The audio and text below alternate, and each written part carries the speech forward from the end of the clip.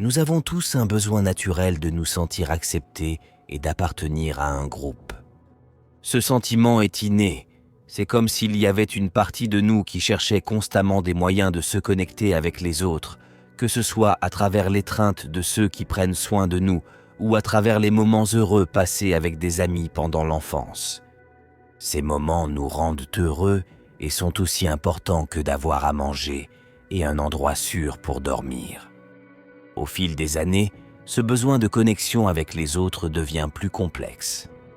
Nous commençons à nous soucier davantage de ce que les autres pensent de nous. Parfois, nous pouvons même changer notre comportement ou nos mots simplement pour que les autres nous aiment davantage. Cela peut nous donner l'impression de perdre une partie de nous-mêmes juste pour nous intégrer aux autres. Si vous vous voyez dans ces mots ou si vous souhaitez partager votre expérience, mettez un j'aime et laissez un commentaire réfléchi à la fin. Car, rappelez-vous, chaque vidéo est toujours et en fait une réponse. Cette situation peut être assez difficile. D'un côté, nous voulons faire partie d'un groupe et être acceptés, mais d'un autre côté, nous voulons rester fidèles à nous-mêmes sans changer pour être acceptés. C'est comme se trouver à la croisée des chemins et devoir choisir le chemin à suivre. Changer pour plaire aux autres ou rester fidèle à soi-même, même si parfois cela signifie se sentir exclu.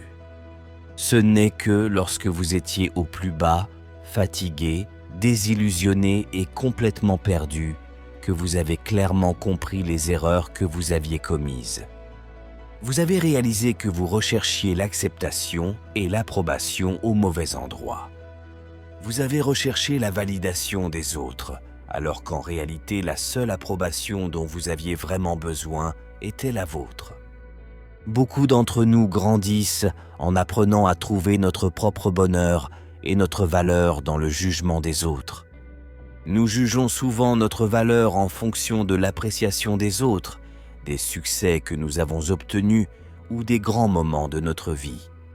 C'est comme si nous recherchions constamment l'approbation, croyant que notre valeur dépend de la façon dont les autres nous voient. Cette habitude de rechercher une validation à l'extérieur de nous-mêmes vient généralement du fait que nous ne savons pas ou n'acceptons pas vraiment qui nous sommes à l'intérieur.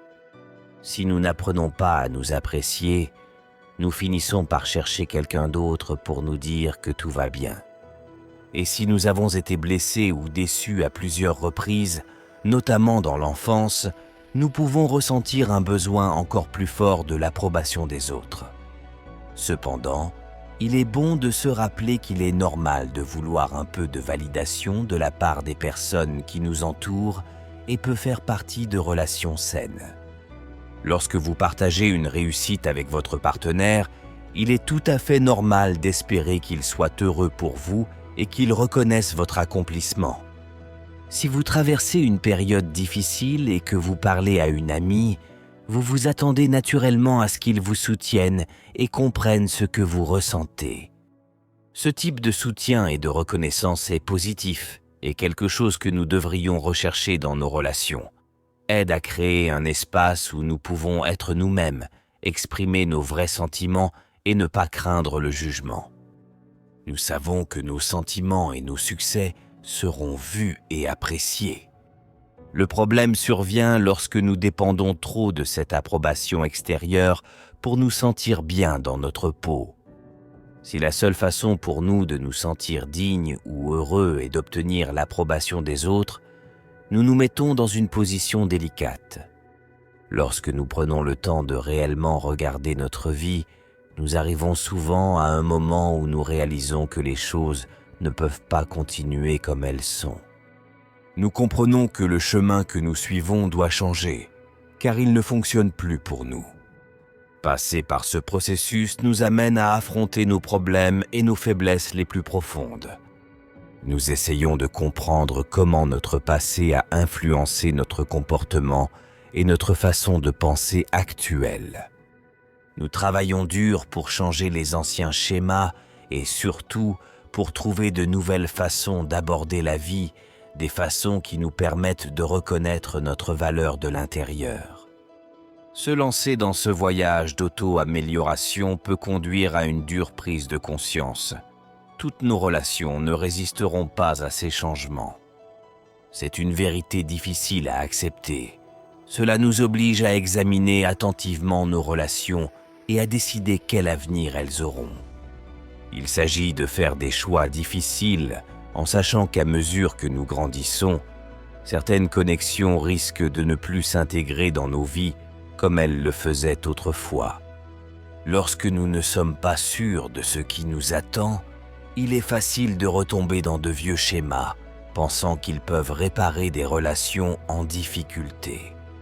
Nous pouvons croire qu'en revenant à ce que nous étions, nous pouvons réparer ce qui est brisé et retrouver la connexion que nous avions autrefois.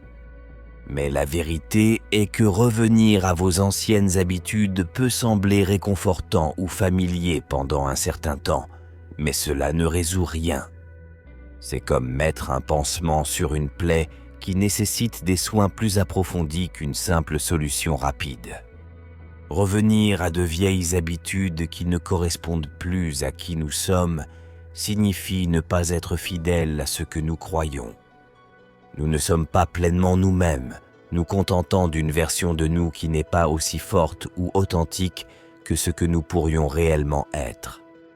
Ne pas être fidèle à nous-mêmes signifie non seulement nous trahir, mais aussi influencer ceux qui nous entourent. Nos relations perdent en profondeur parce qu'elles reposent sur un terrain incertain et non sur le respect et la compréhension mutuelle.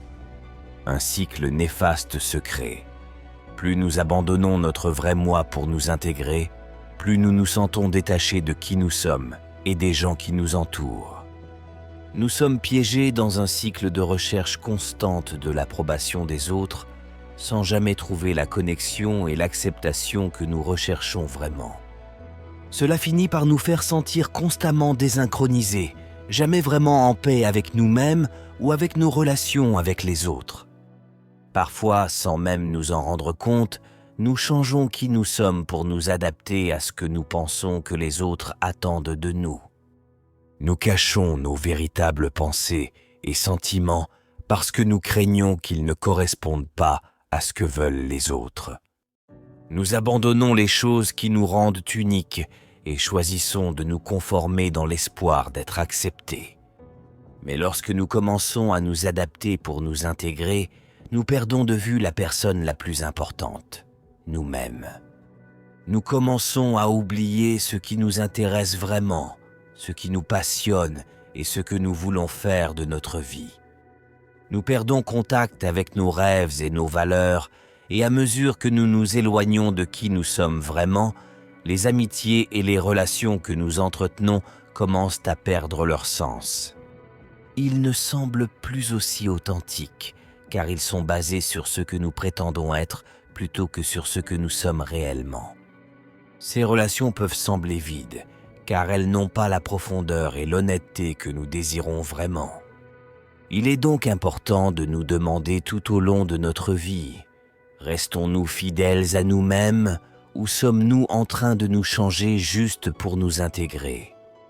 Il s'agit de trouver un équilibre entre faire partie d'un groupe et rester fidèle à ce que nous sommes au fond.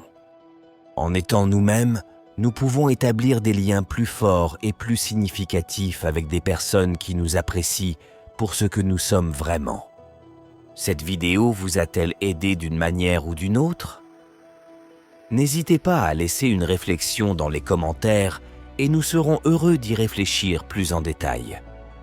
Je vous rappelle de laisser un like et de vous abonner à la chaîne pour ne pas manquer notre prochain contenu précieux. Merci et je vous souhaite une merveilleuse journée. À bientôt avec l'éveil spirituel.